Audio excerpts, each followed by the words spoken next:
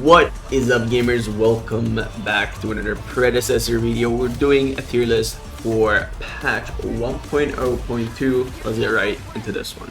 As always, we start off our tier list with Countess. I think Countess is still average. Nothing really has changed. She will find value and potentially 1v5 lobbies if you are better than the enemy team. I don't think she is weak per se, but it definitely doesn't help when she doesn't really have a role right now to play best at. I would say probably jungle is her best role, but I would say you can get away with playing her in mid lane if you're into a lower tier kind of lobby. But overall, I think she is kind of whatever right now, and I'm probably expecting a buff or something, honestly. Crunch is actually good if he didn't have to team fight. He is very good in offlane. However, when you play Crunch, you have to pay attention to what the enemy team is picking, and for that reason, he's still gonna remain situational for me. I'm actually going to move Dekker down a tier from last time. I had her in S tier. I think she is now a plus. I do think she's very good, but I don't think she is correct to put S tier with other support champions that we will talk about. So for that reason,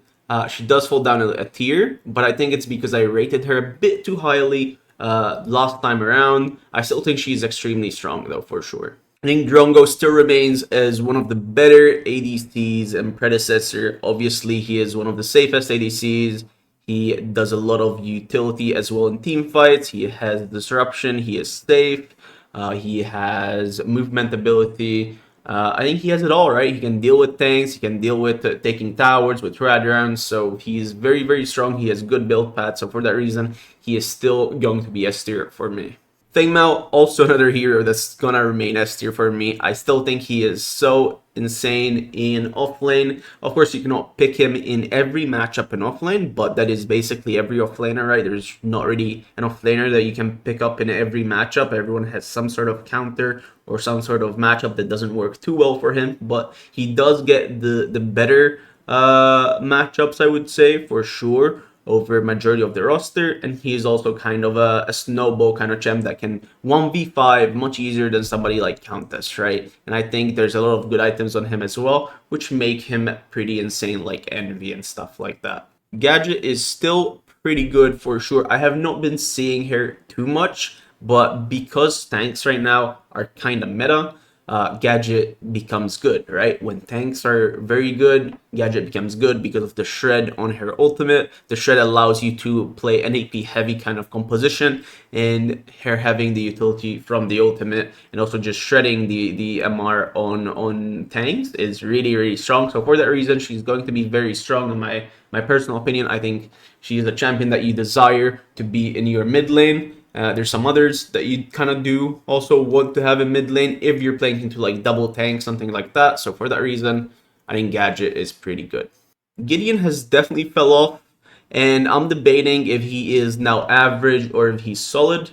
If I have to be honest, he is pretty safe. So for like people learning the mid lane role, I would say he's probably solid for them. But comparing him to other mid laners, I definitely don't think he's as good as them. So for that reason, I'm actually moving Gideon down a tier as well from my last tier list, putting him at B tier, which is probably the lowest he's ever been in all these patches from the start of Predecessor. Honestly, this guy has been absolutely insane for years, for 2 years, and now this is probably the lowest I've ever ranked him. I have to be honest, there's better things than Greystone, but I guess Greystone does kind of allow you to run at somebody and just force them out of a team fight, which is kind of nice.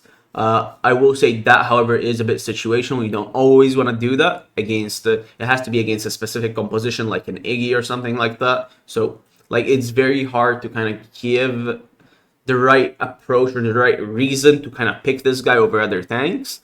So for that reason, he is again also going to be put in situational. I would say it's just there's better champs, right? There's better champs. He's not even that bad. It's just there's better champs, and I would rather have a Steel. I would rather have a Sevarog. I would rather have a Riktor. They offer me a bit more, but I've been seeing a bit more in him in jungle, and it's honestly not that bad. I think Grux has to be at the near bottom of average. He does need to win lane. If he doesn't win lane, he flops really hard. So that's kind of what Grux kind of does. You can abuse him early on. You can gank him repeatedly, which is kind of not his fault, but it's kind of the kit's fault, I guess, where he's not really that safe. Lucky for him, he can kind of 2v1 gank, so if he does get ganked, there's a possibility that he comes up on top if he is playing correctly, but it's not always going to be the case, right? So for that reason, definitely gonna put him on average right now. There used to be a time where he was very strong. I don't think that time is anymore, but he's still decent into some specific heroes, right? Howitzer is really good, and he would probably stay in very strong if it wasn't a tank meta, right? Because Howitzer has some of the best laning in Predecessor in the mid lane, but I have to put him in solid right now instead of very strong. And the reason for that is, again, because tanks kind of are really nuts. You can go stuff like Mega Cosm and Noxia on Howie, which helps you with tanks, but there's better champs, better mid laners that deal with tanks.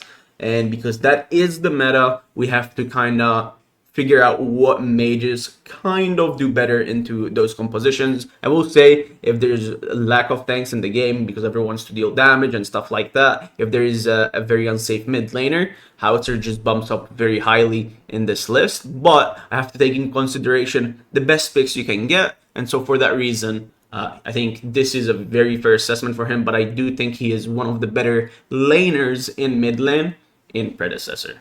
I kind of have to say the same thing here for Kallari that I kind of said for Howie, but instead she's of course a jungler. I would say you kind of want to pick Kallari when there is unsafe laners, so for that reason it's kind of situational based on the enemy picks. You can go very crazy, you can 1v5 games with her, or you can absolutely be useless. Very 50-50. You kind of just have to pick her when you know you're going to get value from her. If you pick her and it just ends up being a really horrible draft for Kallari, you're probably not going to find any value. I will say Khaimera is another situational hero, and the reason that is because of his cleanse. He is really good into the Fae, he's really good into Wraith, he's really good into champs that require you to cleanse so you can run them down. There's a lot of like very hard counter matchups for Khaimera that he prevails a lot, like very well in. And the issue with Khaimera is that he's also not a tank, right? He's kind of a bruiser. Bruisers are decent, tanks are really insane. With that in mind, I do think he is situational. So for that reason, also going to be put into situational tier. The Kira nerf actually hit her harder than I thought it would. The fact that she cannot burst people down as easily as she used to, but now she has more power on her ultimate.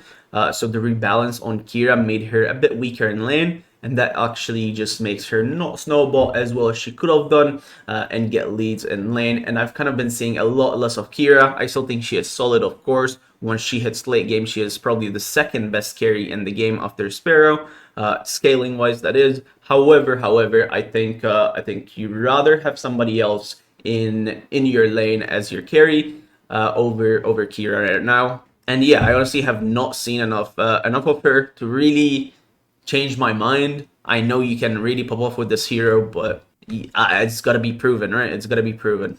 I had Belica at F tier before. I don't think she is F tier anymore. I was a bit harsh on her for sure. I will say, I still don't think she's amazing.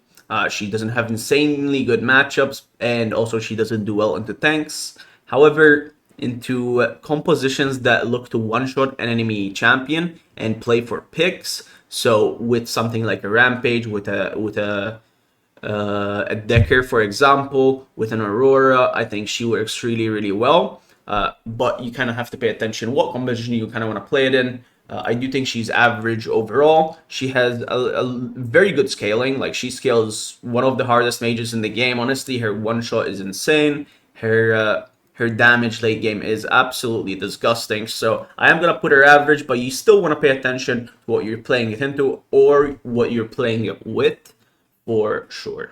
Every time I see Morigesh, I think it's pretty bad, and I'm proven by that by seeing people really not do well on her. Of course, she does scale extremely well, but her laning is pretty shit.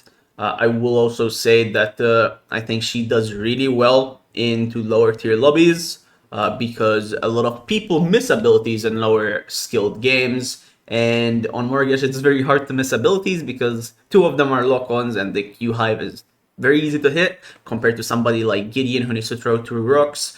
Usually newer players or less experienced players will tend to miss abilities on Gideon a bit more than on Morigesh. So yes, it would be much better. This hero is much better in lower tier play, but I think in higher end play where people hit their abilities, and that's kind of where I'm basing it on, I think she is pretty weak. Unless she, of course, hits late game or she gets a Primal Fangtooth and she just one-shots or two-shots somebody with RMB Ultimate. But that is, of course, once you're scaled, once you survive laning phase and stuff like that, I just don't think it's worth it. I don't think it's worth picking her over other champions. Murdock is surprisingly also one of the better ADCs to pick right now. The passive allows you to deal better with tanks, the pen shot, of course. And I will also say that he does pretty well at spacing tanks with the traps and with his movement. So for that reason, he is one of the better carries. He's also pretty good in majority of the matchups against other ADCs. I think the worst matchup for Murdock is Twinblast because he outspaces him pretty well.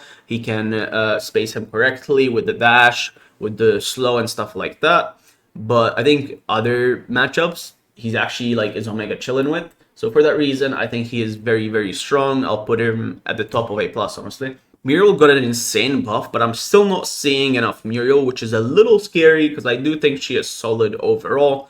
I'm a little confused on this one, if I'm being honest, because I swear those buffs looked really, really nice, but not enough people are playing here. And I think the reason they're not playing here is because there's still other supports that are much more desirable than Muriel. And also she doesn't do extremely well into tankier supports because her kill pressure is not really insane after like level 3 or something, because then you're putting points into your shields and not really putting points into your damage. So in my opinion, probably falls off because of that, because of where the meta is right now. But I still think that generally on paper, her kit and the recent buffs are really, really strong. So I am still going to put her at A tier. Alright, Narb is always going to be one of the better supports in a tank meta. When you run double tank with Narb, it is really, really good. It's kind of that simple. Of course, laning does mean it's a bit AFK in dual lane because you're playing with a Narb,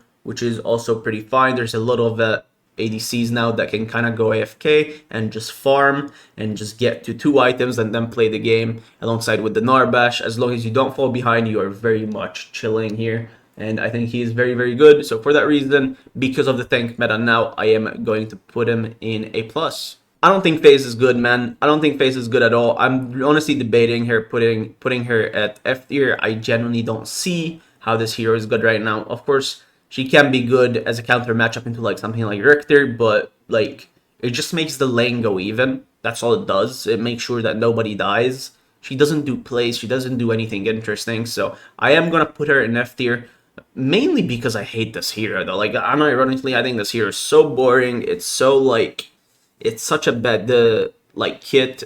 There's nothing really good to say about her, and I haven't seen anyone with FaZe really pop off. Like sure, you can boost your carry and stuff like that, but I don't think it's worth it. I don't think it's worth it over other supports in the game. So I did have Rampage in S tier last tier list. The reason I had him in S tier is because the amount of things he does early game is absolutely insane. I think he is one of the better picks you can go in the jungle. However, I don't think he's the better tank that you can go. I think both Sevarog and both Riktor kind of do a better job than him. However, his early game is kind of unmatched. He has insane early game and he can hate crime lanes very, very well. I do think he is close to S tier, but I think he just falls just under S tier at A+. But I really think he is one of the better junglers you can pick. When I do these tier lists, I have to judge of my region, and I'm seeing more and more people playing Revenant. I play on EU. A lot of people in my ranked games have been getting more and more value with Revenant. If you are playing into a heavy kill lane alongside like a good support that is also very aggressive, Revenant can be really insane. He does get to one-shot pretty early on if he's also ahead. It's a little risky, of course, but he's also really good when taking objectives. The reason I say this is because you can kind of ult the jungler and make sure they cannot really hunt, which is a massive, massive thing when you're trying to 50-50 objectives or coin flip objectives, as they say. I don't know how good he is. I'm debating between average and solid, if I'm being honest. I think because because I haven't seen enough of him. Although I think he might be solid, I'm going to put him at the bottom of average, or sorry, at the top of average in the first position. But I think it's a very fair shout to put him in solid. Riktor absolutely broke him, probably the best hero in the game. There is actually no debating this. He can play support, he can play off lane, he can play jungle, all at a really good level. Like, I think he is absolutely insane. He's a bit slow in jungle, doesn't matter. He's still a Riktor. Just needs a little bit of help early game, but it's not that bad. Off lane absolutely destroys nearly everyone, if I'm being honest. And support, of course, if you hit your hooks, you're just winning lane straight up. Also in team fights, just that hook, having that hook is just a go button. One hook can like just change a team fight. I just think this champ is absolutely insane, and I'm definitely expecting some nerfs. But as a big enjoyer of Riktor, I don't mind it, dude. I honestly don't mind it because he does take some skill over somebody like Rampage, but he's still a little bit overtuned. All right, we get to talk about Serath. I think she's just straight up average. She can do well into tanks, but I don't think she does too well into multiple tanks. And also, she does not do too well into Razorback, which is another issue. I do enjoy a lot playing Serath because I think she does have a high skill ceiling and you can outplay enemies. I cannot rank her higher than B tier because I just don't think you want to pick her over other champs, right? And don't get me wrong, I really enjoy her play pattern. I think it's very fun. It's just very rarely you see a draft that you're like, yeah, let's go Serath here. I think it works. All right, Sevarog, the other champ that I've been talking, is pretty insane. I think he also goes up here as being one of the better tanks in the game. He is really good in the jungle. He's very good in offlane. He actually has one of the better level 1s I've seen in offlane because of his Q cooldown being very short. Of course, not into every other offlaner, but you can surprisingly outtrade somebody who is trying to trade into a Sevarog level 1, and that is pretty good. Of course, after level 1, you are pretty weak. Your level 2 is not that good, but it's surprising. It's surprising that his level 1 is that good, considering he's a scaling option. Very easy to scale with this champion. Very easy to outscale it like 15 minutes if you're stacking correctly. Just don't fall into bad habits, and you'll find success with this hero. You know what? I hate the Shinbi slander. I think she's just a solid option into tank. She is also a pretty decent option going NAP top laner, right? I think there's barely any of them. There's like Kwang and maybe Aurora if you consider her, but like I think she scales really, really well. So for that reason, I am just gonna put her at the top of A tier. I think she's being underplayed, and it's a little sad, right? I feel like she can actually pull her weight. She's pretty decent. She can opt for multiple items, which kind of makes sense depending on your matchup. You can go for items like Megacosm and Magnify into tanks, and of course Caustica, and then for against anyone that does damage, you have other options such as health options or even armor options like Golem's Gift and stuff like that, which is pretty decent. You can also go a scaling route with Orb of Growth, which is a little risky for sure, but if you can get away with it because you're outscaling your opponent, why the hell not? I think she is very, very decent. Last time I put Steel in solid. I think he is probably still solid, maybe A+. I think I'm gonna still put him at the top of solid. I don't think he's quite there in A+. I do think he's very good because the wall is pretty insane. I just don't know where his best role really is. It could be offlane and could maybe be support, but you can only pick it into specific compositions, just to counter with his wall and other abilities, right? He is, of course, pretty good. He usually will just die in team fights just to make the play happen, but he will just make the play happen if you're a support, of course, because you are a bit under leveled, you don't have as much gold, and that probably might be his best role, but I've also not seen enough of him in offlane. Definitely not a jungler though, for sure. I think you can jungle him, but that just means you're kind of being an AFK jungler, maybe slamming somebody every time your ultimate is up, but that's kind of just about it, right? Faye is so unbelievably underplayed. It is disgusting. One of the better champs to play into tank meta. She is very, very, very good. If she falls behind, it does not matter. It's still a Faye.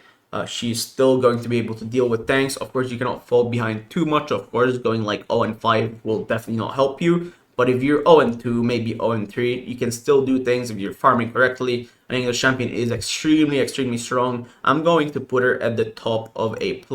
I'm not going to put her S tier because you can't hate crime her. But even if you hate crime her, man, she will still be able to do things late game. And that's why you never should FF if you're playing the Fae or with the Fae. She can completely change team fights. I will say though, however, there's a lot of counters to her ultimate, which is her biggest weakness. Twinblast is absolutely insane. Another hero that I'm just gonna straight up put in A+. He can lane by himself, so your support can roam and play for other objectives, or even roam in mid lane, try to help the mid laner. He's very good at farming safely. He is very, very good at scaling on-hit items, really good into tanks. His ultimate kind of allows him to get kills in lane, which are really nice. And he also has insane wave clear. He is a little bit weak early levels until he gets an item and a half, or at least the stacking component, but he is one of the better ADCs right now for sure. Everyone loves Zarus. I had to drop this guy from S tier down to A+ the last time, and he was probably at the top end of A+. I don't think he's as strong as he once was. He's slowly falling down my list. I am gonna put him in A+ still, but I don't think he is better than majority of the A+ champs right now.